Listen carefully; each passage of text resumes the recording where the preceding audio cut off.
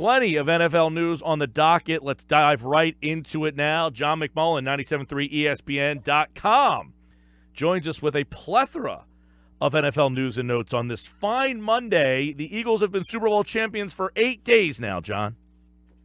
Yeah, and they already lost 2 coaches. Well, welcome to success. Yep. Hey, real quick, I thought you were going to go Wes Unseld on me when you're going Washington in the Eastern Conference. They haven't been to the finals since they were the Bullets. They don't even exist anymore. That's the last time they made the Eastern Conference Finals. Yeah, we talked about this at the start of the show, John.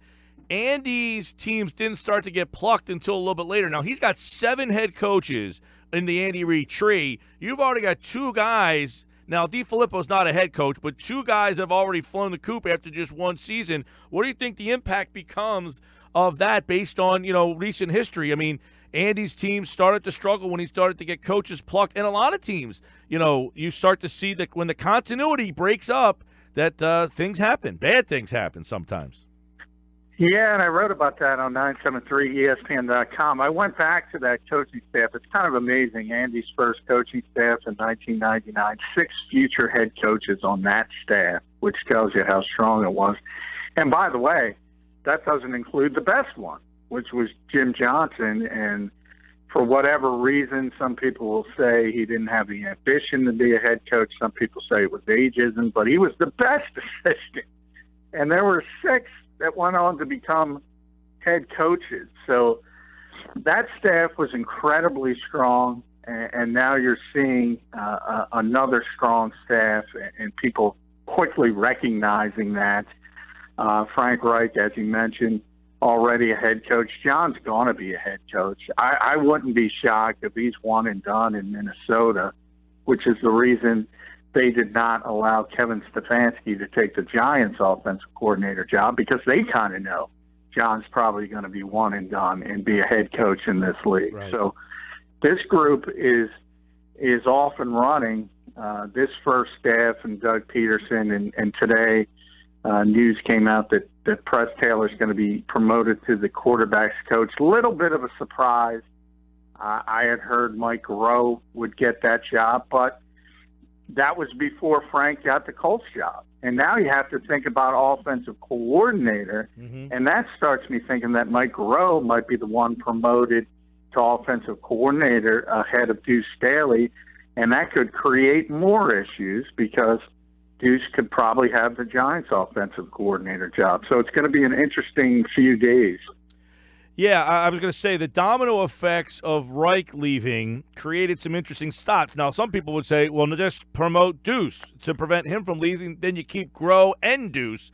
Why not just do that? It seems like that would be the easiest way to go, to keep 2 guys as opposed to promoting the one and potentially losing the other. Well, Deuce is under contract, so the Eagles, similar to last year with John DeFilippo, they can prevent him from going to the Giants if they want.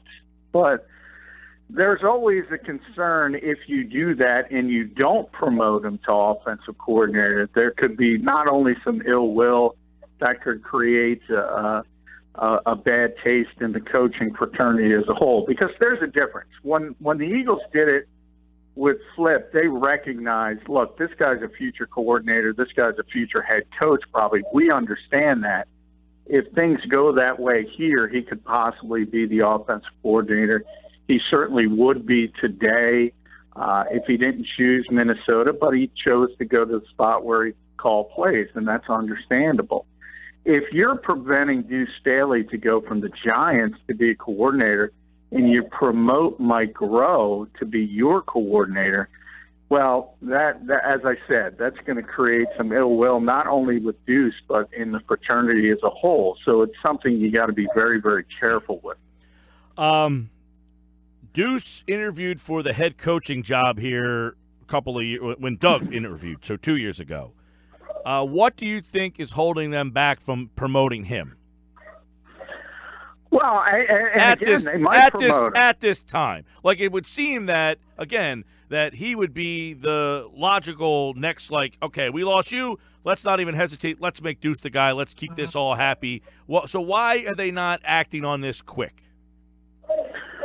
Well, because I think they look at Mike Groh, who obviously is the son of Al Groh, son of a coach. He played quarterback in college. He sort of has that mentality of what you look for in an offensive coordinator first, versus the guy who's been in the organization for a long time. Everybody knows him. Everybody likes him.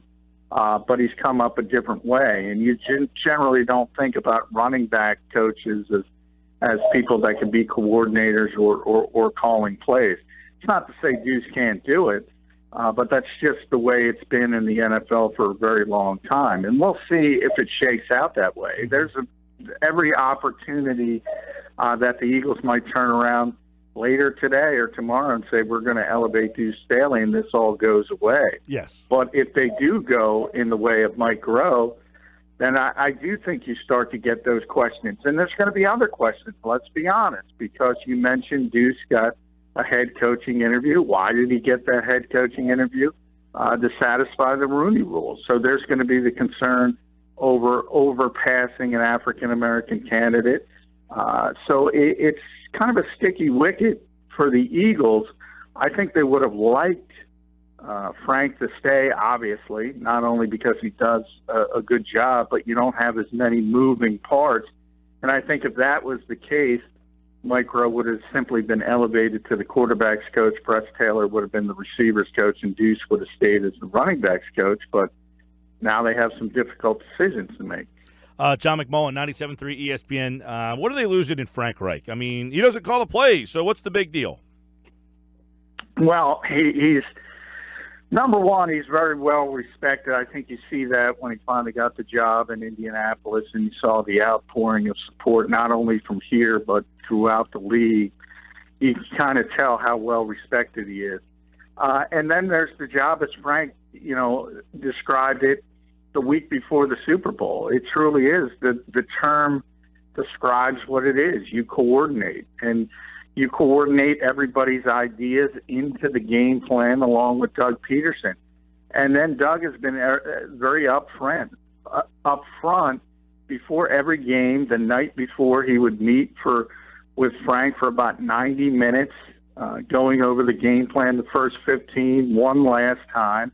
And they had a great working relationship. So as you move forward, you don't know if that's going to be similar with the same kind of chemistry, whether it's Mike Groh, whether it's Deuce Staley, whether it's somebody from outside the organization.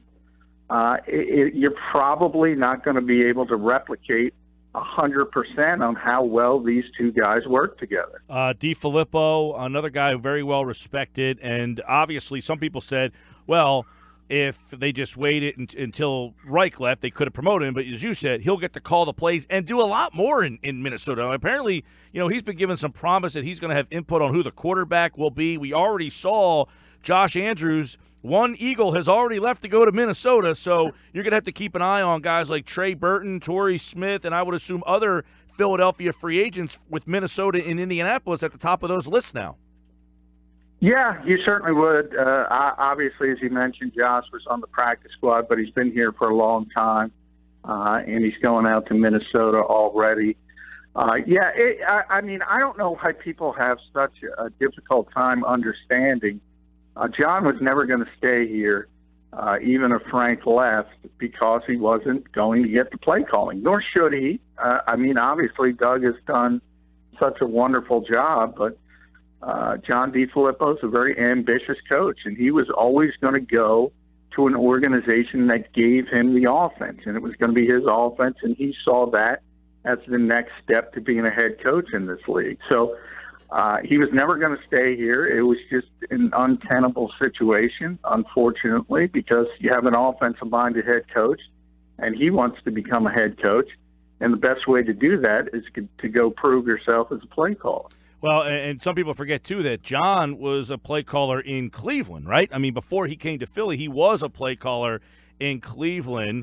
How did the Browns say, look, we're going to get rid of this young guy and move on from him? What happened there?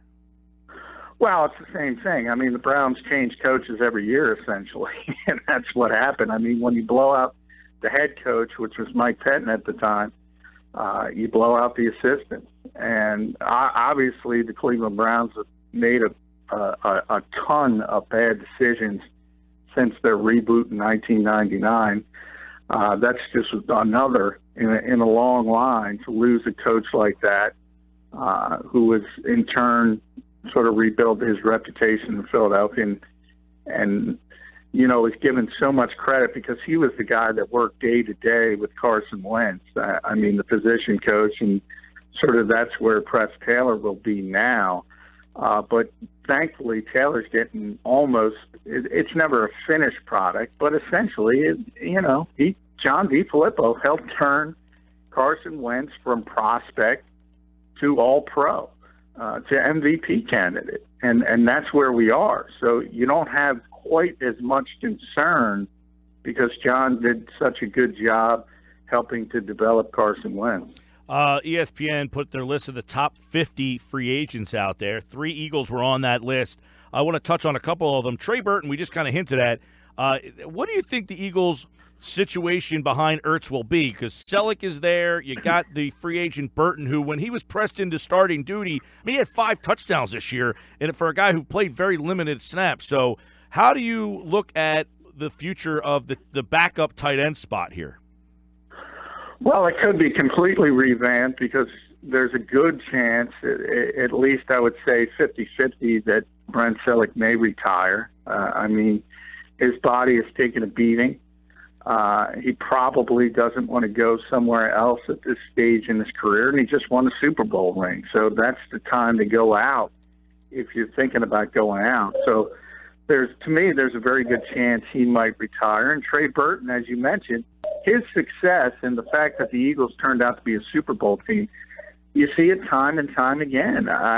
He's going to get, if anything, overpaid probably. So he's one of those guys that the Eagles are going to have a very difficult time keeping because I think he's going to get a starting level tight end contract in this league, and that's not something they can afford with Zach Ertz on this team. So they do have Billy Brown, who they like as a receiver. They're going to have to bring in a blocking tight end, somebody who can block.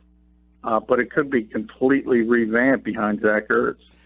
Nigel Bradham, I think he might be maybe the most important guy that they got to figure out because that's one position where they don't have a in-house candidate there. So what are the possibilities of retaining Bradham as opposed to him going someplace else? Well, I think they're a little bit greater than, say, a guy like Burton or even a Bo Allen, who I think people see as a potential starting level defensive tackle, because Nigel has been with Jim Schwartz and without him, and his level of play has drastically differed. He's excelled under Jim Schwartz. He hasn't done very well without him, to be honest. So I think he understands that. Now, at the same time, he's got to get paid, and he's going to get significant money after the season he had, so that's part of it. But remember, Michael Kendricks makes a lot of money. Jordan Hicks is coming off the injury and is in the last year of his deal, and there's not a lot of depth behind those guys. So you're right. It's very important that this team is able to keep Nigel Bradham.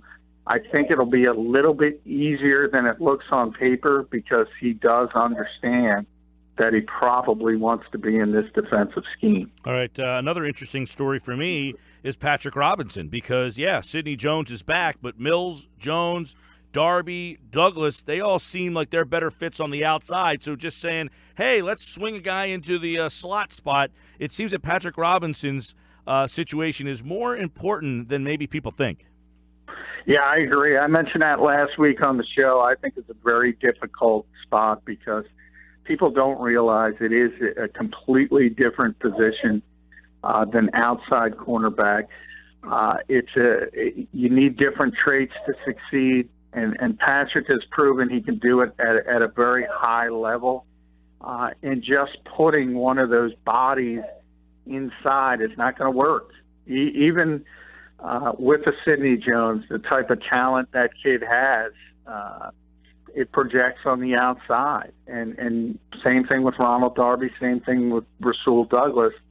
I think the one cornerback that maybe could move inside and excel would be Jalen Mills, but it still would take time and you have a natural slot cornerback who played at such a high level in Patrick Robinson.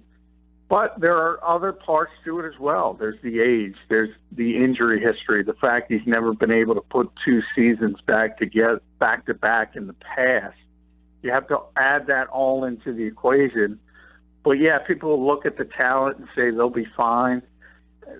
There's no way they're going to bring in a different nickel corner next season, whether it's on the roster or out the roster, that is going to perform as well as Patrick Robinson did this season. Yeah, it's not going to happen. No, and you know what about the Curry situation? Now, he signed that big deal. I know if after June 1st, he's probably a guy that they can think about, but they like Means. He's like one guy on the roster that looks like could be a potential cap casualty. Yeah, I mean, they'd like to keep him, but I don't think there's any doubt after what Derek Barnett showed this year as a rookie that he's going to be the starter next year. You're going to slowly increase his reps on that defense. But part of the success of that front four was just how deep it was. And the guys that, and I just mentioned Bo Allen a little bit. He's another guy. It's going to be difficult to keep. It's going to be difficult to keep Vinny Curry. Chris Long, you have to convince him to come back. I think if he wants to play, he'll play here because he loves it here. His wife is from South Jersey. She's an Eagles fan.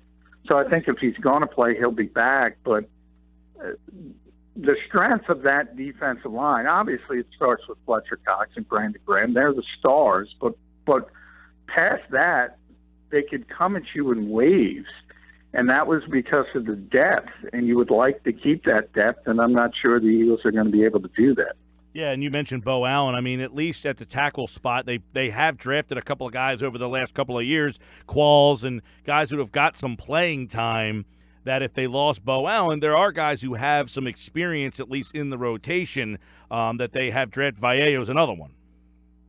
Yeah, they have, and that's the way you'll probably go because, as I said, Bo's probably going to get a starting level contract in this league. But he's a guy who people don't think about, but every time he was forced into action, every time he was forced to play more than his usual 20 or 25 reps, he delivered. And he was one of those guys that is probably better than you think he is, and certainly performed in this defense better than maybe that you think. And just plugging in a Destiny Vallejo or an Elijah Balls, it's probably not going to be the same thing. But that's what happens to every Super Bowl team. The Eagles are not, sort of rare. Everybody looks at your coaches, looks at your scheme, looks at your talent, and they try to tear it away. They try to get a part of it. And they're going to go through that this offseason. Text message says, Darby got beat all year. Why would they keep him? he missed 12 games. Yeah, people are harsh. They just won Super Bowl 52. And Ronald Darby was a big part of it, even though he got injured. Week 1 was out for, 9 weeks, I think. Yeah, corners always get beat. You can look at every corner in this league. And I don't care if you go to Patrick Pederson or Richard Sherman or Xavier Rhodes, you can find plays during the season where they all get beat. That's part of being a cornerback in the NFL. But Ronald Darby is a starting level corner in this league. He's a big part of this team's future. That was a great trade because he's on his rookie deal. He's a very young player. They're not getting rid of Ronald Darby. Let me ask you real quick. I know there's a lot of talk about Foles, but does DeFilippo and Reich leaving make you feel like Foles could land in one of those spots, and that could be a higher probability now? Yeah, I mean, certainly not Indianapolis if Andrew Luck is healthy. Right, but I mean, if they learned anything, it's behind Luck, you need to have someone with a pulse. Well, that's true, but you're not going to be bringing in Nick Foles as backup, is my point. Not coming off this Super Bowl run. He's going to get a starting job in this league if the Eagles decide to trade him. I mean, somebody's going to bring him in as a starter. You're not going to bring him in as a backup to Andrew Luck. For Minnesota, obviously all three of their quarterbacks are free agents. They have decisions to make. I can just look at what John said, though, John DeFilippo, when he was introduced to the Minnesota media. He made a big deal about movement skills at the quarterback position. That would lead me to believe he's probably not going to push to bring Nick in. But that's just a guess. And everybody would like to have the Carson Wentz who can extend plays and do the things he can do. But the reason John DeFilippo is a good coach and the reason he kind of also explained in that same press conference is he sat Nick Foles down, asked him, look, what are you comfortable doing? We're not going to pound the square peg in the round hole. And that's when he saw the shift towards all the RPOs with Nick Foles because he felt comfortable doing it.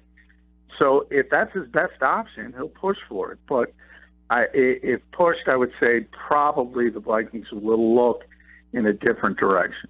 John McMullen, 97.3 ESPN.com, at JF McMullen on Twitter. Don't forget to read his stuff right now on this Doug Pederson. You know that it's a blessing and a curse here for Doug, and check that piece out at 97.3 ESPN.com. Plus, some movement today. One former Eagle is now heading to Minnesota, and all the latest on the Eagles' offseason at 97.3 ESPN.com. Thanks, John. Hey, thank you, Mike.